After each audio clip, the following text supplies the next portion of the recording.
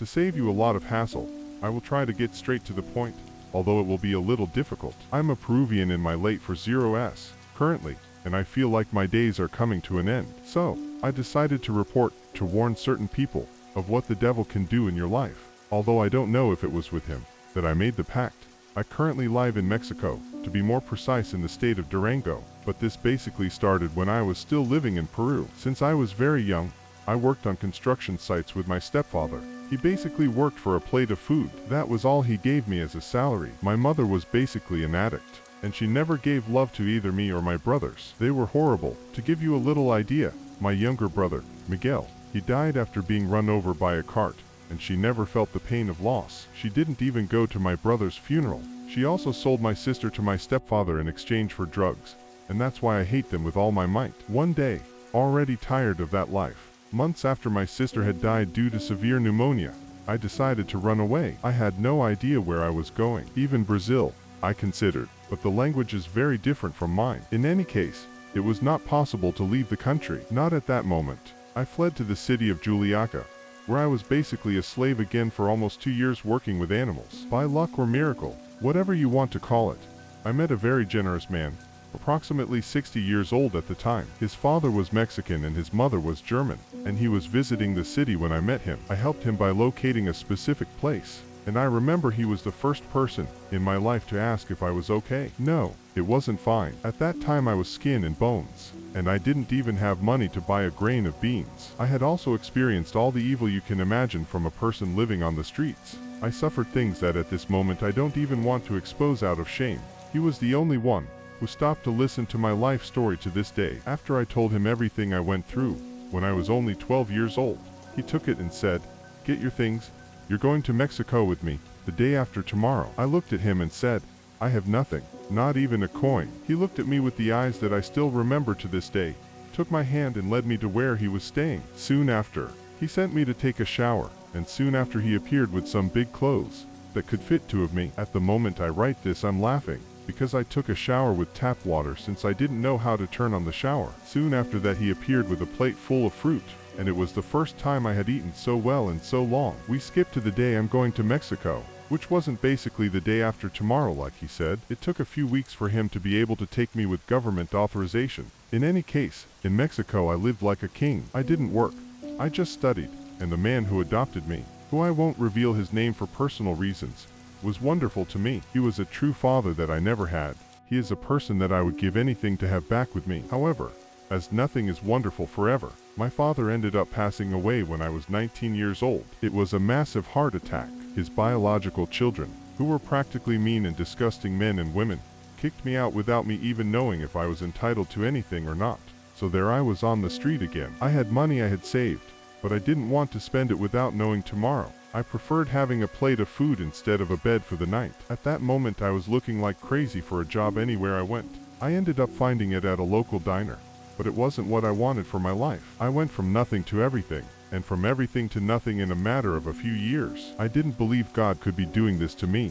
Again, I spent 2 years at this cafeteria, and it was quite humiliating to work there. At that time I rented a room, and I was doing reasonably well. I wasn't hungry, but I didn't have everything I wanted. That's when I met a friend at a local party, and we quickly became great friends. From the moment we started talking, I noticed a mark on his arm, a brand like the ones they make to brand cattle. I always asked him what that was, and he always disagreed. It was until one day that I had a humiliating situation in the cafeteria, and I told my friend that I didn't want to work there anymore, that I wanted my old life back. That's when he provided a job at his distribution company.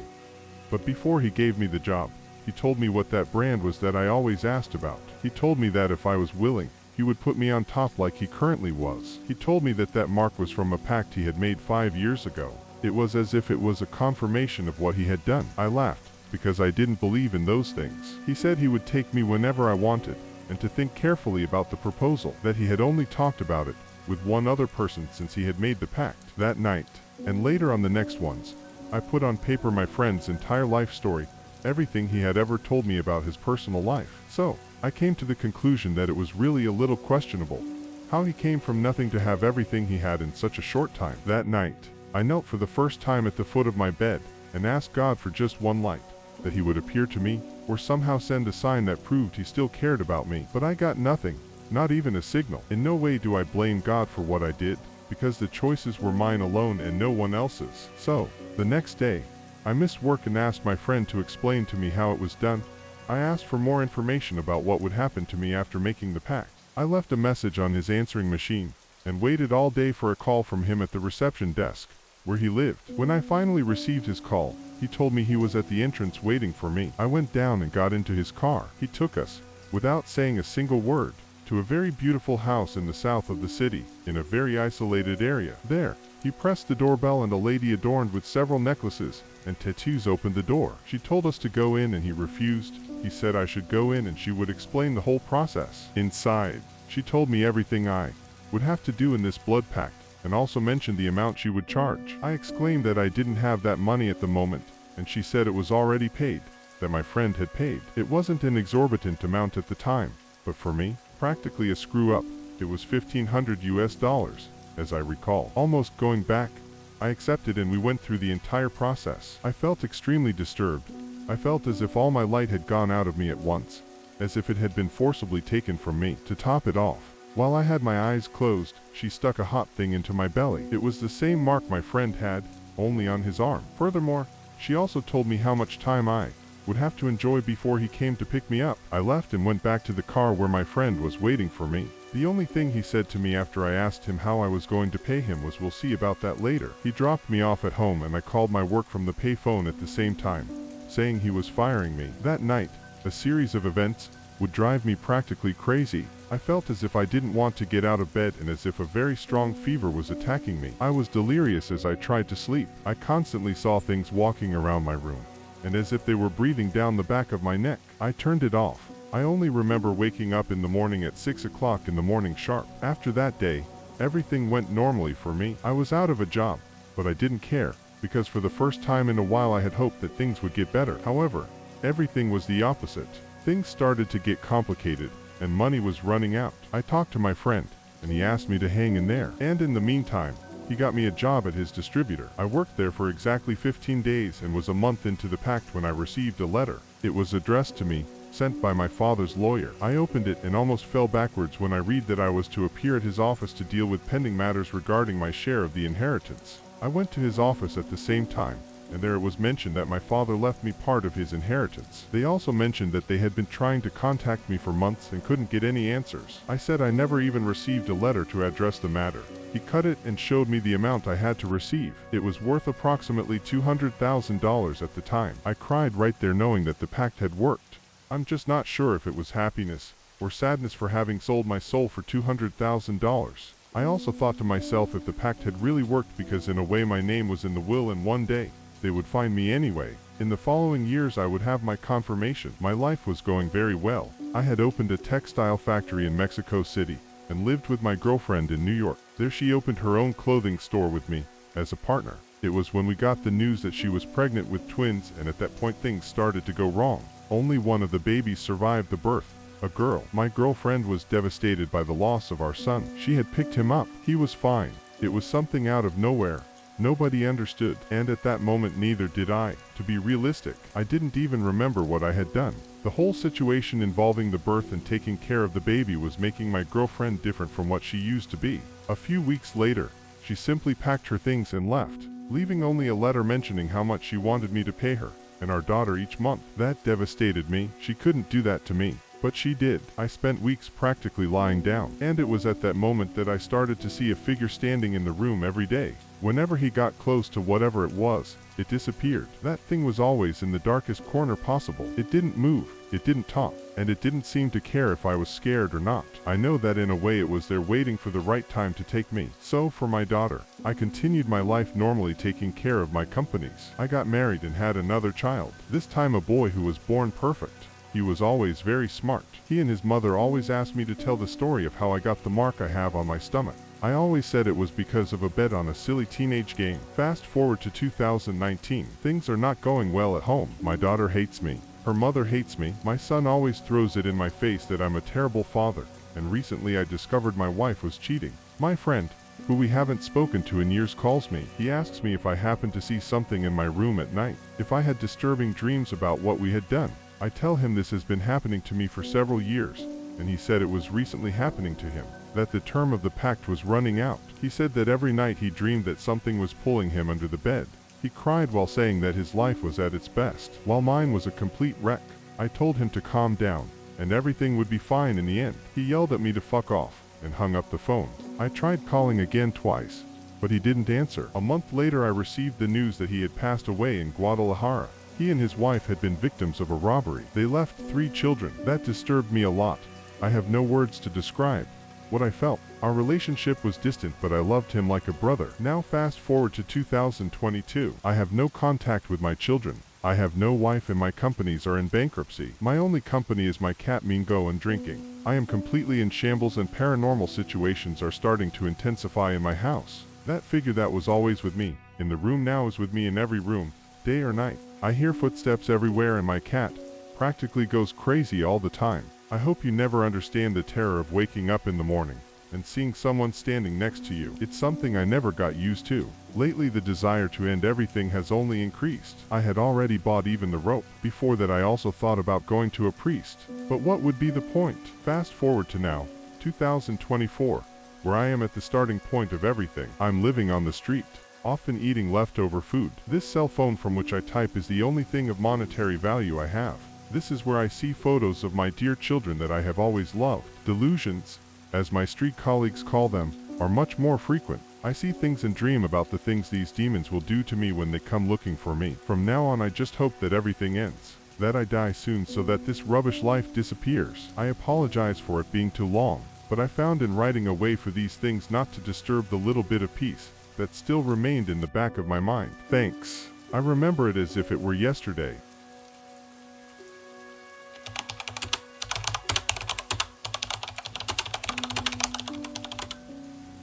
I remember it as if it were recent. It was August the 15th, 2006. My family went to my aunt's house in San Jose do Rio Preto around 4 o'clock in the afternoon. My cousin and I were at my aunt's house. The other family members had left. I was in the back area when I heard noises coming from inside the house, so I went to see what it was. I saw that the door to my cousin's room was ajar, and a very bad odor seemed to come from the room. I approached and looked through the gap in the door. I noticed that on the floor there was a circle made of chalk, and inside I saw that there was a big star like a pentagram. At each point of the star was a black candle. I heard my cousin say some slurred words that I almost didn't understand, but I realized that it sounded like a kind of invocation, and that's what she was actually doing. That scene was something very disturbing that sent shivers down my entire body. My aunt's house was very dark and only added to the terrifying atmosphere of that moment. Suddenly, black smoke with an unbearable odor appeared behind my cousin as if it were magic. I was so scared by it that I almost knocked over a flower vase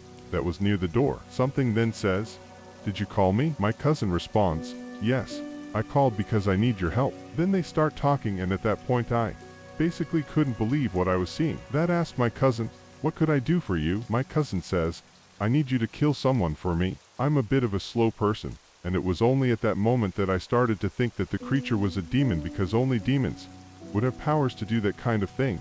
At least that's what I imagined. "What would you give me in return?" This asked her, and my cousin replied, "What do you want?" "Something precious, something pure and of great value." That thing replied, "What could it be?" And he said, "An innocent life, a newborn." To this day I can't believe I heard her say that, but she said it, done it then. Then the creature looks straight ahead and says, "Tell the boy it's ugly to peep." At that moment my heart froze, and I practically urinated, without even realizing it. I became stiff with fear and began to shake. Then the creature disappeared, and the 2 vases of flowers next to them withered, as if all the life had been sucked out of the flowers. I returned to normal and went into the room and asked my cousin what she had done. Then she tells me that she made some kind of pact with the demon. I asked why she did that stupid thing, and she didn't answer me. I swear that at that moment my only desire was to hit her. Then we heard my family arrive home. We stopped talking and quickly packed everything so no one could see, and we went to the living room and pretended that nothing happened and everything was normal, or at least that's what we thought. It turns out that it came to demand what was rightfully yours, and I get goosebumps just typing it, even though I know that God is by my side. My cousin couldn't pay what she promised that being, and she was being tormented by this demon. We looked at several churches to try to help her, but nothing worked. From the beginning of everything, she knew what she was doing. She wasn't an idiot, but it was hurting her. She was suffering in silence and alone. Then one day, we were all at my aunt's house again. That was when, a few minutes later, I was surprised that my cousin hadn't come to talk to me like she always did. So I went to her room and knocked on the door. Nobody said anything. I asked my aunt if she was really home, and my aunt said yes. So I excused myself and opened the door. When I opened it, I screamed. I don't know if I screamed out of terror, fear or sadness. My cousin had tied a rope to the ceiling and took her life. She also left a letter on the table that said I killed myself because I can't pay what I promised. I am being tormented day and night, and not to bring problems to you, my family. I decided that this was the best thing to do. I apologize for leaving everyone in pain, but I thought it would be right. I want you to know that I love you very much, and I want you to pray for me, even though I'm no longer there. The night after his funeral, I had the most lucid dream I've ever had. In the dream, that same smoke appeared and she came out of it. I felt like she was in my room, but she couldn't wake up. I asked her why and she didn't answer. In the dream, she handed me a paper that said the debt has been paid and disappeared. After that, I only remember waking up in the morning with a huge desire to cry, and I cried. Since that incident, my family has never entered my cousin's room. No one ever dared to take anything out of there. Only I have the courage to go in there again, and when I go in there, I feel a horrible, exhausting presence. To this day, I don't understand why she did what she did. She was always Daddy's girl and always had all the best and the best. I wish I could say that she is resting in peace, but I have my doubts, unfortunately.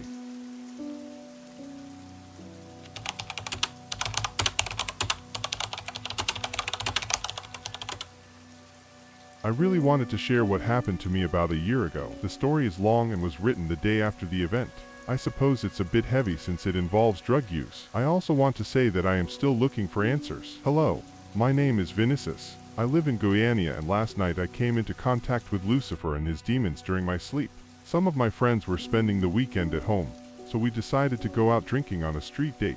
Turns out that our Uber canceled 3 times on the way there. I thought it was strange, but as it was close to home, we walked. Arriving, we started drinking. We smoked, and while we were drinking, stupid ideas went through our heads, but we decided to leave it there. Suddenly, it hits me. It came into my mind to stop drinking, because for some reason I needed to stay sober, on alert. So I followed my own suggestion. That's when I started to feel watched, as if everyone was watching me, as if someone was out to get me. This discomfort was increasing, so I decided to talk to people, and they were feeling the same as me. A bad feeling took over the place, and it was very strange. You know, I'm a medium. I have my orixes and entities that work with me. I know when one of mine is trying to manifest, but I didn't know what it was. I felt a strong energy, but I didn't have a conclusion. Soon we returned home and talked in the living room. I felt that heavy atmosphere all the time. I started to hear voices in my head, and they repeated themselves out loud, saying some things that offended my friends. I was saying personal things about each one, as if I knew all their secrets. I noticed this behavior and decided to go to sleep, and it was from that moment that everything started to get sinister. As soon as I lay down and felt a dense and heavy energy, I already knew it was a demon. I felt like that was it, so I asked who it was, but I didn't get any answers, so I asked a few more times. Without patience, I asked him to prove to me that there really was something there. At the same moment, I heard a car on the street braking and almost crashing. I ordered this spirit to crash a car in front of my house. Only then would I believe it was a real entity. Then, in my mind, a man's voice appeared, a calm voice. He said something like, "Why will I take innocent people's lives like that?" Laughed. I soon felt immense heat.